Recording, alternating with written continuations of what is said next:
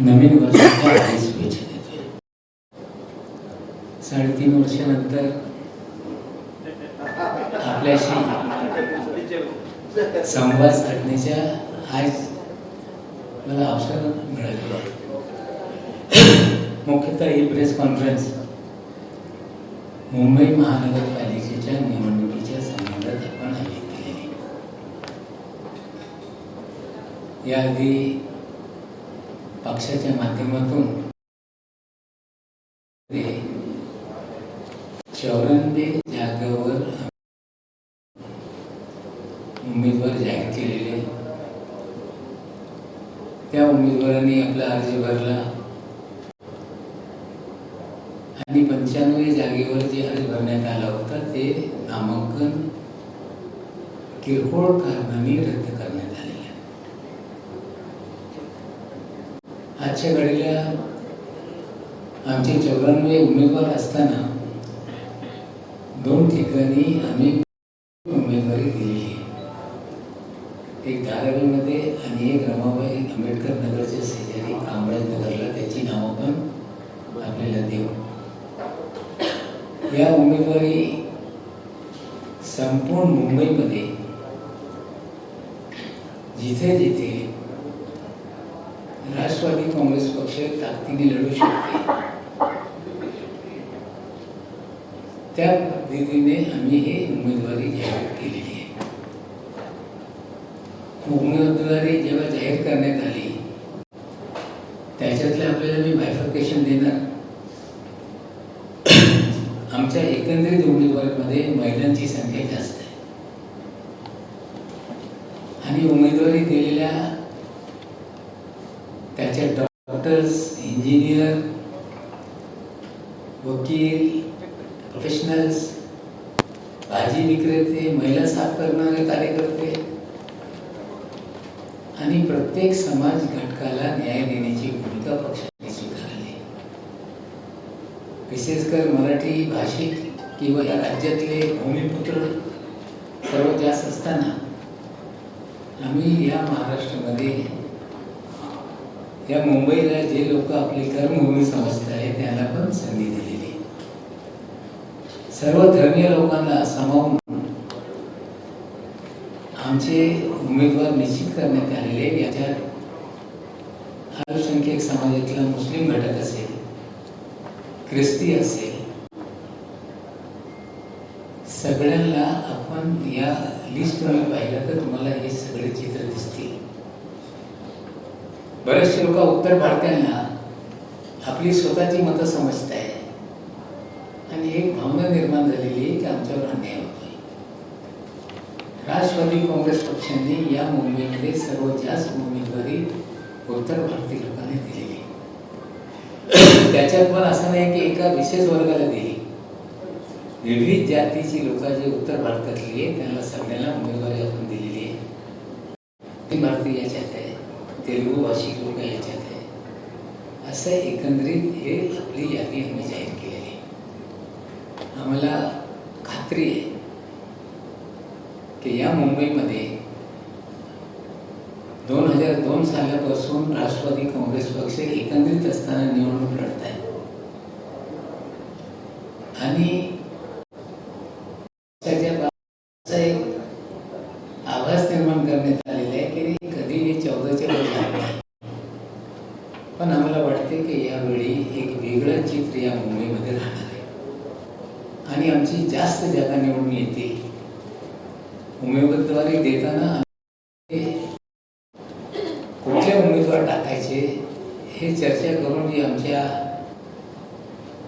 निवडणूक व्यवस्थापन समिती करण्यात आली होती, ज्याच्या मी अध्यक्ष होतो. आमचे दोन्ही कार्याध्यक्ष सिद्धार्थ कांबळेजी, शिवाजीराव सना, जिशान सिद्दीकी, संजय तटकरे आणि 6 जिल्हाध्यक्ष हे सर्वांनी चर्चा करून खालचे कार्यकर्त्यांना चर्चा करून आम्ही ही सगळी उमेदवारी दिलेली आहे.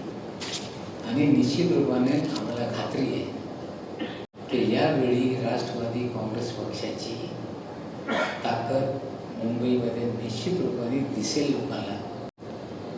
आणि विशेषकर मी दादाचा आभार मानतोय की काही लोक माझ्या नावाने बुमाबूम करत होते की हे आम्हाला तुम्ही नको. दादांनी ठामपणे निर्णय घेतले आहे की नवाब मलिकच्या पाठीशी आम्ही उभे आहोत. आम्हाला तुमच्या युक्तीची गरज नाही आणि स्वबळावर लढण्याचा निर्णय झाला. त्याबद्दल मी अजित पवार साहेबांचे आभार मानतो. पण एकंदरीत ही निवडणूक प्रक्रिया सुरू झाल्यानंतर ज्या या मुंबईमध्ये निवडणूक निर्णय अधिकारी ज्या पद्धतीने वागताय, नियम कायदे बाजूला ठेवून ज्यांना पाहिजे उमेदवारी रद्द करायची, जे अपात्र उमेदवार आहेत त्यांच्या उमेदवारी 10:30 वाजता रात्री घोषित करायची हे पात्र झाले. मला वाटते निवडणूक निर्णय अधिकाऱ्यांना कळलं पाहिजे की हे निर्णय देत असताना जे नियमावली जे कायदे या राज्यामध्ये करण्यात आलेले त्याच्या काटेकोरपणे अंमलबजावणी करणं ही त्यांची जबाबदारी. आज मी सांगतो की एक उमेदवार हायकोर्टात गेलेला आहे. एका उमेदवाराच्या फॉर्म बद्दल 10:30 वाजता निवडणूक निर्णय आणि तो उमेदवार बेकायदेशीर बांधकाम त्यांनी केलेलं आहे. त्याचे पुरावे सादर केल्यानंतरही त्याच्या अर्ज बाद करत नाही. म्हणजे हे कुठेतरी कायद्याचं उल्लंघन करण्यात आलेलं आहे. आता लोक कोर्टात गेलेले. आमच्या 151 नंबर वार्ड जिथे गौतम साबळेच्या दिवंगत वंदना गौतम साबळे ही निवडणूक लढत आहे. उमेदवार माध्यमातून देण्यात आलेले आहे. अर्ज दाखल करता असताना त्यांच्याकडे जातीच्या नसताना अर्ज दाखल करून घेण्यात आला. छाननी करत असताना आमच्या उमेदवारांनी ऑब्जेक्शन घेतलं की यांच्या जातीचा दाखला नाहीये. जातीचा दाखला जो दाखल करण्यात आलाय त्याच्या वडीलच आहे. तो महाराष्ट्राचा नाही राजस्थानचा दाखला आहे आणि तुम्ही अर्ज दाखल करून घेतला हे पण बेकायदेशीर आहे. शेवटी ते 8:30 वाजता निवडणूक निर्णय अधिकारी सांगताय की त्यांनी ॲफिडेव्हिट दिलेलं आहे की आमचा दाखला आहे त्यामुळे आम्ही हे अर्ज स्वीकारतो, रद्द करत नाही. आता तुम्हाला हे तुम्ही तिसरे उमेदवार आम्ही सांगतो आपल्याला मनीषा राटे जिथे आमच्या उमेदवार लढत आहे 111 मध्ये 119 मध्ये तिथे जो उमेदवार आहे शिंदे सेनेचा तो महानगरपालिकेचा वेंडर आहे. नियम मध्ये एखादा वेंडर हे निवडणूक लढू शकत नाही. ऑब्जेक्शन लेखी देण्यात आला, पुरावे सादर करण्यात आले. मुंबई बँकेचा आता 4 दिवसापूर्वी त्याला पेमेंट त्या खात्यामध्ये आलेलं आहे. त्याच्याही उमेदवारी रद्द झाली पाहिजे पण तसा निर्णय झालेला नाही. मी अधिकाऱ्यांना बोलू इच्छितोय की ही लोकशाही आहे. लोकशाहीमध्ये जे कायदे निर्माण करण्यात आलेले आहे, जे नियमावली घालण्यात आलेली आहे त्याची काटेकोरपणे केली पाहिजे. या 3 वार्डाच्या बाबतीत कोर्टात आम्ही जाऊ पण याला वेळ लागणार आहे. पण आता एखादा राजस्थानमधला मागासवर्गीय मुंबईमध्ये अर्ज भरून उमेदवारी घेऊन जर निवडणूक लढत असतील तर या मुंबईतले जे महाराष्ट्रातले मागासवर्गीय त्यांच्यावर अन्याय होत आहे. उद्या देशभरातले मागासवर्गीय येऊन सगळं टाकते. असेच ओबीसीच्या जागेच्या बाबतीत असा अन्याय होणार. मग ते निवडणूक अधिकाऱ्याला कळलं पाहिजे की आज तुम्ही निर्णय देताय, कोर्टात विषय गेल्यानंतर तुमच्या नोकऱ्या पण जाणार आहे उद्या. आणि मी त्यांना स्पष्टपणे सांगतोय आम्ही निवडणूक आयोगाला पत्र देणार आहे जे इथे महाराष्ट्रामध्ये जबाबदार आहे की या प्रकारे हे सगळं घडत आहे. प्रचार करत असताना जे मॉडेल कोड ऑफ कंडक्ट आहे, आचारसंहिता आहे, त्याची काटेकोरपणे अंमलबजावणी झाली पाहिजे. काटेकोरपणे अंमलबजावणी केली पाहिजे. शेवटपर्यंत कुठलेही आचारसंहितेचा भंग होऊ नये हे पण आमची मागणी राहणार आहे. आणि आम्हाला अपेक्षा आहे की त्याच्याकडे आज जे आम्ही पत्र देणार देणार त्याच्याकडे ते गंभीरतेने त्या पत्राला घेतील आणि निश्चित रूपाने या निवडणुकीमध्ये आम्हाला अपेक्षा आहे की मुंबईमध्ये आमच्याशिवाय महापौर होऊ शकत नाही ही सत्य परिस्थिती आहे आणि निश्चित रूपाने 16 तारखेला हे चित्र आपल्याला दिसेल. जास्त मी काही आता आज जास्त बोलणार नाही, पण आपल्या मनात काही प्रश्न असतील तर निश्चित रूपाने त्याचे उत्तर द्यायला माझी तयारी आहे. इलेक्शन कमिशनवर तुम्ही खूपच गंभीर आरोप केलेले आहेत. प्रमुखाने 3 आरोप केले.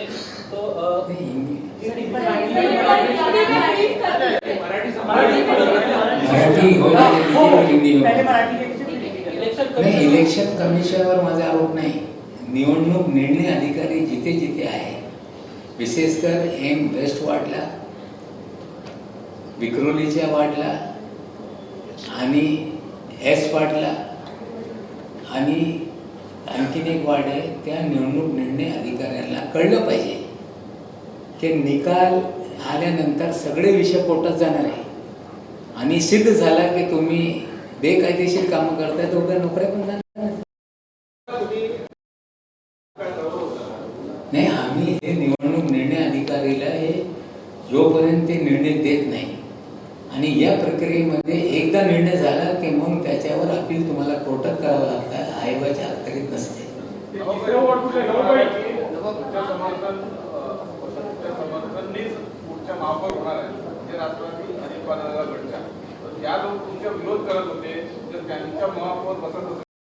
होऊ शकते ना, कुणाचं होईल नाही, आमच्या होऊ शकते. या मुंबईमध्ये कुणाच्या मनात काही शंका असेल तर खुलासा करतोय. राजस्थानचं सर्टिफिकेट जोडलं जात प्रमाणपत्र असं आहे, सर्टिफिकेट तुमच्याकडे आले का आणि इलेक्शन कमिशन त्या निवडणूक निर्णय अधिकाऱ्यांना काय त्याच्यावर सांगितलं? नाही, त्यांनी 8:30 वाजेपर्यंत त्याचा निकाल दिला नाही. शेवटी त्यांनी असं सांगितलं आहे, हे आमच्याकडे ॲफिडेव्हिट आहे, सुप्रीम कोर्टाच्या वकिलाचे ॲफिडेव्हिट आहे, आम्ही स्वीकारतोय.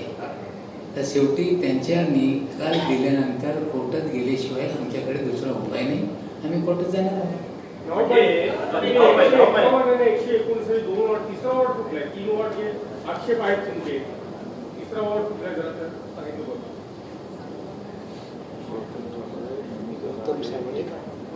नाही, एक गौतम साबळेचा आमचा वार्ड आहे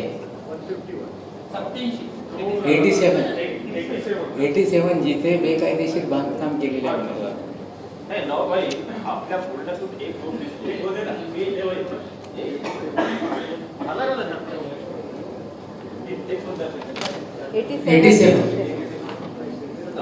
आपल्या बोलण्यातून एक ग्रुप दिसतो की भाजप आणि ही महापालिकाचे जे प्रशासक आहेत ते शेवटी अंतिम निर्णय अधिकारी त्यांच्यावरती कुठेतरी दबाव वाढून की आपल्या मित्रपक्षांना कुठेतरी नामोहरण करायचा प्रयत्न. मित्रपक्ष असतील, कोणी असतील, लोकशाहीमध्ये प्रत्येक नागरिकाचा प्रत्येक पक्षाच्या अधिकाऱ्या निवडणूक लढायचा. पण जे नियम कायदे करण्यात आले त्या अनुषंगाने निवडणूक निर्णय अधिकाऱ्यांनी निर्णय घेतले पाहिजे. आमच्या एक अर्ज बाद करण्यात आलेला आहे, त्या अर्जामध्ये सगळं फॉर्म बरोबर आहे. ॲफिडेव्हिटमध्ये 2 सह्या लागत आहे आणि एक सही वकीलनी त्यांच्या म्हणजे कुठे ते घाईगर्दीमध्ये राहून गेला. त्या ॲफिडेव्हिटमध्ये 10 सह्या आहे, तरी त्याला रद्द करण्यात आला. उदाहरण मी सांगतो, सणा निवडणूक लढत असताना पवार साहेबांच्या पक्षाच्या उमेदवारांची अशीच चुका होती. आम्ही आक्षेप घेतल्यानंतर त्यांनी सांगितलं की ही काही लहान चूक आहे, हे आम्ही त्याला रद्द करत नाही, आम्ही अर्ज स्वीकारतो. आणि तेव्हा आम्ही इतकं काही त्याच्यावर आक्षेप घेतला नाही. उदाहरणं अशी आहे, तरी आम्हाला दिसते की थोडासा जे अधिकारी आहे ते चुकीने वागताय. त्या बाबतीत निवडणूक आयोगाला आम्ही राज्य निवडणूक आयोगाला तक्रार करणार. ते उत्तर देऊ शकताय, पण अधिकाऱ्यांना इतकंच बोलू शकतो की अधिकाऱ्यांच्या अशी कामं केल्यानंतर नोकऱ्या पण गेलेल्या नाही.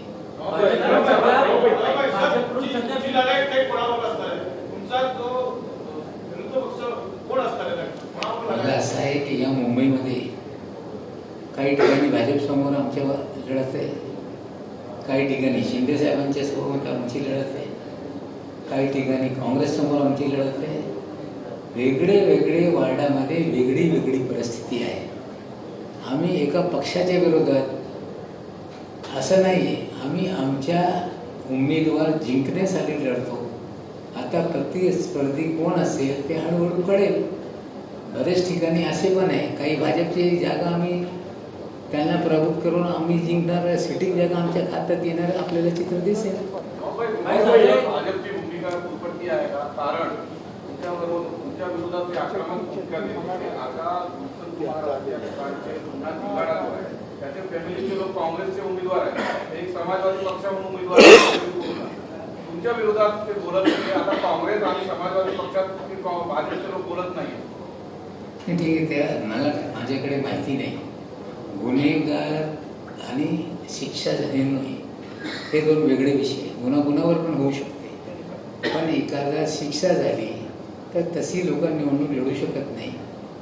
तर काय सत्य परिस्थिती आहे गुलशन कुमार हत्याकांडबाबत मला माहीत नाही, पण कायदे नियममध्ये अशी तरतूद आहे, शिक्षा झाल्याशिवाय कुणालाही निवडणूक लढण्यापासून आपण मनाई घालू शकत नाही.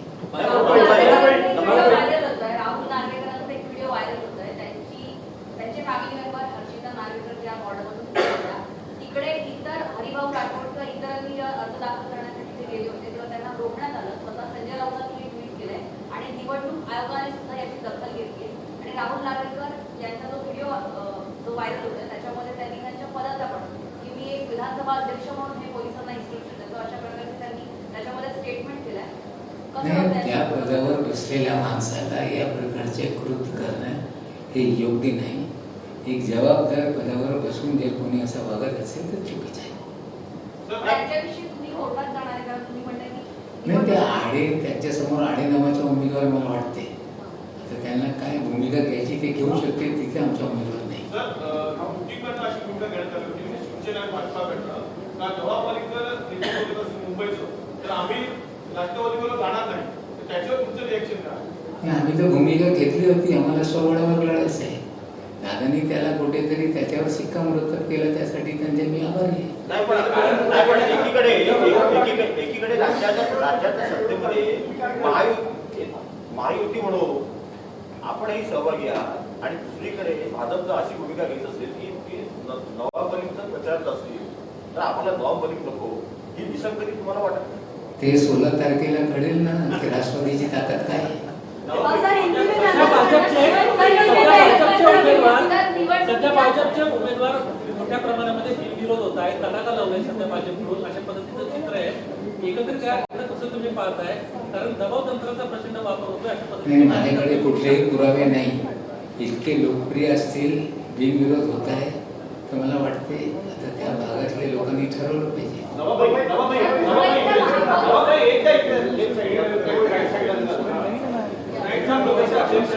भूमिका घेतली होती की भाजपच्या युती संदर्भामध्ये चर्चा होती.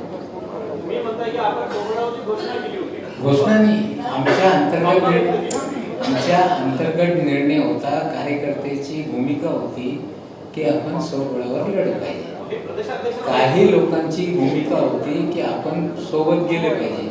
आता 2 मत प्रवाह असताना अध्यक्षाने एक शेवटी त्यांनी चर्चा करण्याचा प्रयत्न केला. त्यांनी त्याच्यातून काही साध्य झालेलं नाही हे सत्य आहे.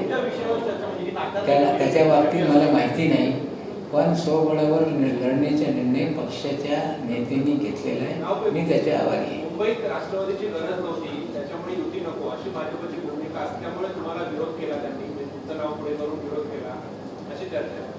गरज असेल नसेल ते 16 तारखेला कळेल. आमच्या महापौर बसणार आहे. हसू नका. एक जागेवर झारखंडमध्ये मुख्यमंत्री होऊ शकते, 30 जागेवर महापौर पण होऊ शकते.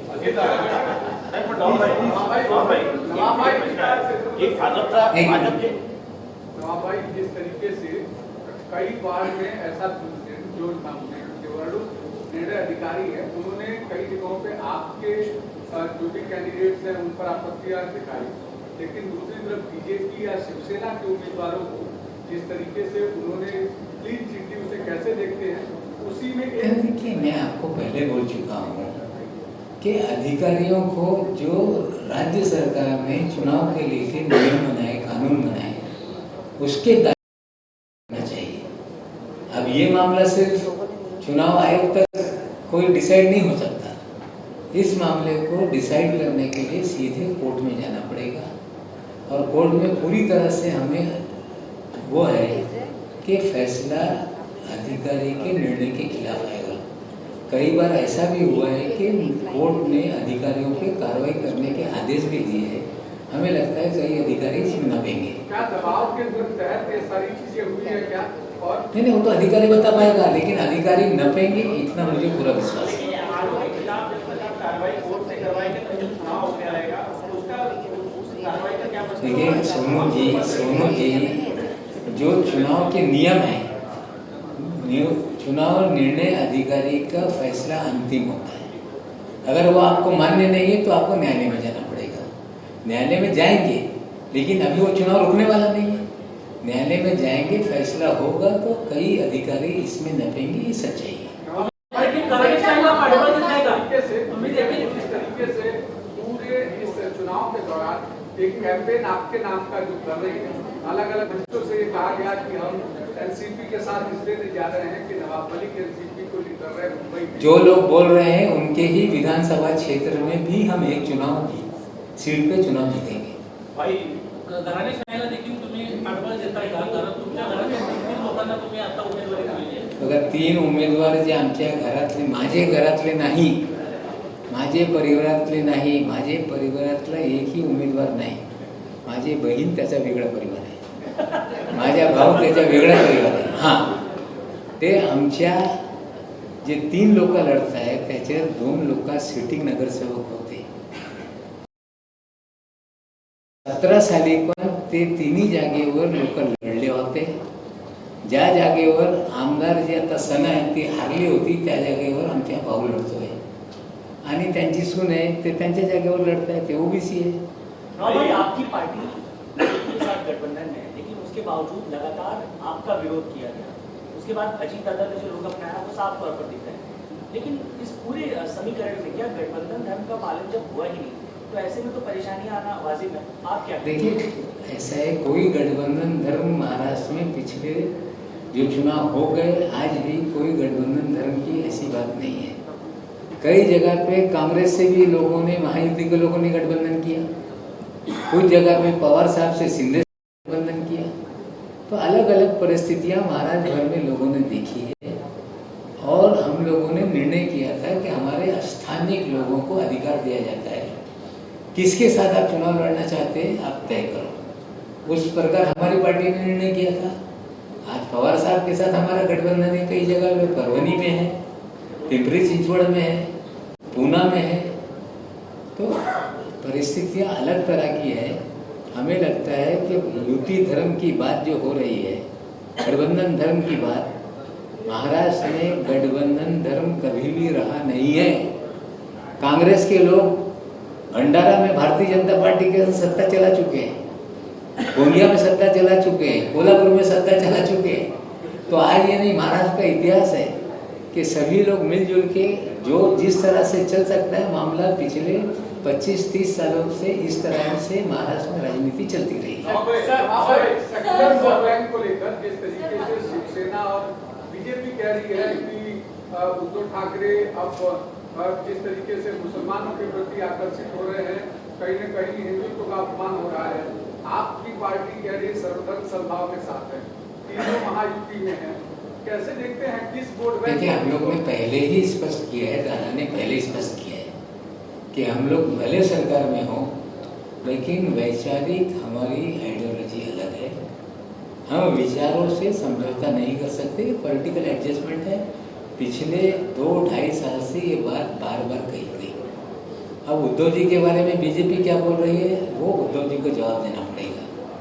अब हम लोगों को, कुछ लोगों ने आरोप लगाया कि जो मुस्लिम वोट बैंक है उसमें सेंध मारने के लिए राष्ट्रवादी कांग्रेस पार्टी लड़ रही है.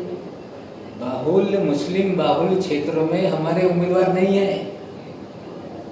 आप देखोगे तो कुल मिला के मुंबा देवी में हमारा 2 उम्मीदवार है, हमारे भिंडी बाजार में एक उम्मीदवार कुलाबा में है, लेकिन मदनपुरे में हमारा उम्मीदवार नहीं है। या शिवाजी नगर में जो मुस्लिम बाहुल वार्ड है उसमें हमारे उम्मीदवार नहीं है।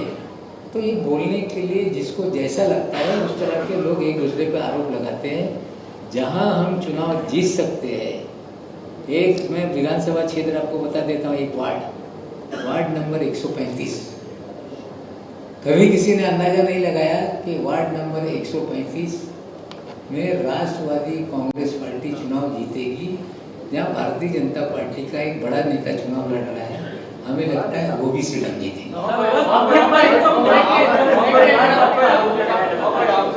लगातार आपके ऊपर परिवार आपकी पार्टी की आइडियोलॉजी अलग है, आपकी पार्टी की आइडियोलॉजी अलग है। कुछ लोग उत्तर भारतीय महापौर बनाने का विरोध कर, वो कह रहे हैं कि खान महापौर नहीं बनेगा, मलिक नहीं बनेगा, शेख नहीं बनेगा। इस पे आपकी पार्टी का क्या बोलते हैं? हमारी पार्टी का बनेगा और जीते हुए नगर सेवक तय करेंगे कि किसको बनाना है। सर, जिस तरीके से उत्तर भारतीयों को दरकिनार किया जा रहा है, तो चाहे वो आपकी पार्टी हो या बीजेपी की हमारी पार्टी से सबसे ज्यादा उत्तर भारतीय हैं। तो हमारी मतलब का मेयर जरा सुनिए, आपकी पार्टी? हमारी पार्टी से 2 यादव लड़ रहे हैं, हमारे पार्टी से एक मुराव लड़ रहा है, हमारी पार्टी से राय लड़ रहा है, हमारी पार्टी से राजपूत लड़ रहा है, हमारी पार्टी से श्रीवास्तव लड़ रहा है। तो उत्तर भारतीय की लिस्ट आप देखेंगे हमारी, तो हमने आपकी पार्टी देखिए जिस तरह से हमारे लोग चुनाव लड़ रहे हैं, हमने सबको फैसला किया है। मेयर हमारा बनेगा, जीते हुए नगर सेवक वो तय करेंगे कि कौन बनेगा।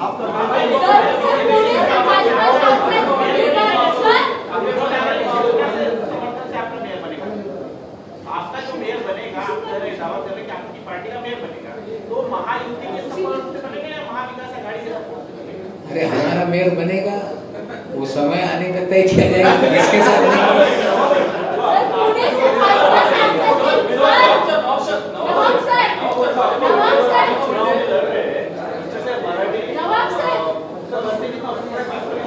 एक तख्ता भी आपको दे देंगे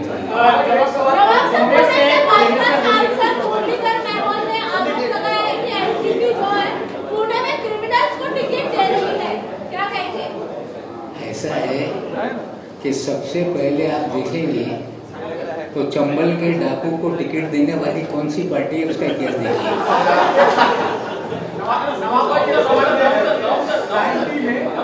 नंबर 90 में बीजेपी ने एक उम्मीदवार को टिकट दिया है और उसमें उनकी पत्नी खत्म हो गई थी। उनके पति के पास मतलब पति के 4 बच्चे हैं, उसके बाद दूसरी पत्नी को टिकट दिया जाता है। तो इसे क्या वैलिडिटी मानेंगे क्या? नहीं, पत्नी के कितने बच्चे ये तय किया जाएगा। तो देखो 4 शादी के लिए हम बदनाम है, लेकिन बहुत सारे लोगों का 5 शादी है।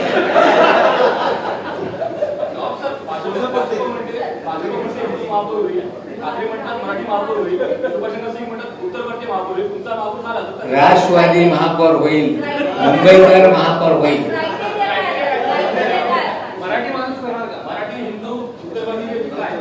मुंबईकर महापौर होईल।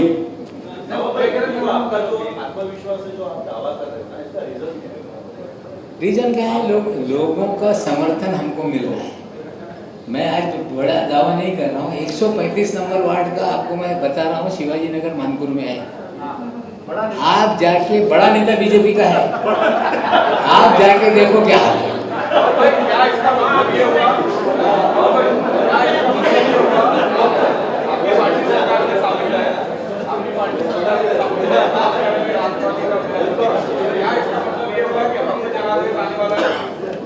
हमारे बिना नहीं बनेगा और हमारा महापौर बनेगा, ये तय है।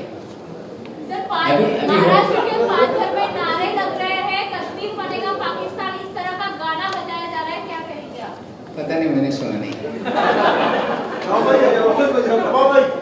परिवारवाद की बहुत चर्चा है। राहुल नार्वेकर के घर में मेरे घर से भी 3 है ना, मुझे क्या अधिकार है इस पे बोलने का? कॉमन लोगों को चुनाव लड़ने, नहीं, चुनाव परिवार के 1000 लोग लड़ने, तय करना जनता का अधिकार है। और पिछले बार भी हम लोगों को 2 सीटों पे लोगों ने जिताया, तीसरे पे अगर ये हारती नहीं तो आमदर नहीं बनती। निवडणुकीचे मुद्दे काय राहतील? निवडणुकीचे ते आम्ही मुद्दे जे आमचा जाहीरनामा आहे ते 2-3 दिवसात पण जाहीर. पण त्यातल्या मेन प्रायोरिटीच्या गोष्टी काय नाही आहेत? बघा, आम्ही कुणावर टीका करणे हे असे ते तसे आम्ही अजिबात करतो. आम्ही काय करू इच्छितो, ते जे वार्ड आहे ते वार्डच्या काय समस्या आहे, आमचे उमेदवार त्या वार्डच्या समस्या घेऊन किंवा त्याचं समाधान आम्ही काय केलेलं आहे. आमचे जे सिटिंग नगरसेवक ते पण लढत आहे, काही माजी नगरसेवक लढत आहे. एकंदरीत जे आमच्या वार्ड वाईज जे काही असतील, आमच्या वार्डचा आम्ही जाहीरनामा घेऊन लोकांमध्ये जाऊ आणि त्या आधारावर ही निवडणुका होणार आहे. कोणी समजत असेल की करोडो रुपयाच्या होर्डिंग लावून मतं मिळणार आहे, अजिबात नाही. कोणी समजत असेल की जाहिरातबाजीकडून मतं मिळणार, अजिबात नाही. गल्यामध्ये, इमारतीमध्ये, झोपड्यांमध्ये वेगळे वेगळे प्रश्न असत आहे. काही ठिकाणी भटके कुत्र्यांचे प्रश्न आहे, काही ठिकाणी पाण्याचे प्रश्न आहे, काही ठिकाणी उंदराचा प्रश्न आहे, घाण पाणी येते, सांडपाणी येते याचे प्रश्न आहे, ट्रॅफिकचे प्रश्न आहे, घनकचऱ्याचे प्रश्न आहे. तर वार्ड निहाय वेगळी वेगळी परिस्थिती आहे. त्यासाठी हे निकाल सर्व ठिकाणी मुंबईभर एक लाट येईल अशी परिस्थिती नाही. एका वार्डाला दुसरे उमेदवार आणि दुसऱ्या वार्डाला दुसरे उमेदवार 3-4 दिवस गेल्यानंतर आपल्याला या बाबतीत अंदाज येईल. सभांचं कसं नियोजन केलं? सभा पुढच्या सभांचं कसं नियोजन केलंय? कोण नाही, आता ते सगळ्या माहिती आपल्याला देऊ. मराठी माणसाच्या मुद्द्यावर मतदान होईल अशी चर्चा रंगते, तुम्हाला काय वाटतं? नाही, मराठी माणूस, मी पण मराठी आहे, त्याची परिभाषा काय? राज्य निर्माण झाला त्या आधीपासून मी मुंबईत राहतो, मी मराठी आहे. मराठी हे जात नाही, मराठी प्रांत रचना आहे आणि या मुंबईमध्ये जन्मलेला प्रत्येक माणूस हे मराठी अशी आमची भूमिका आहे. महाराष्ट्रामध्ये त्रिभाषा सूत्री लागू करावी असं वाटतं का तुम्हाला मुंबईमध्ये? नाही, देशभरात ते लागू आहे आणि त्रिभाषा सूत्र या महाराष्ट्रामध्ये आहे. हिंदी, मराठी, इंग्लिश हे त्रिभाषा सूत्र या महाराष्ट्रामध्ये पहिलेपासून लागू आहे. आता त्याला मुद्दा करून कोणी राजकारण करत असेल तर मला वाटते ते योग्य नाही. Thank you. सर बांग्लादेश में लगातार पता नहीं चुनाव मुंबई में हो रहे, ढाका के चुनाव नहीं है. Thank you.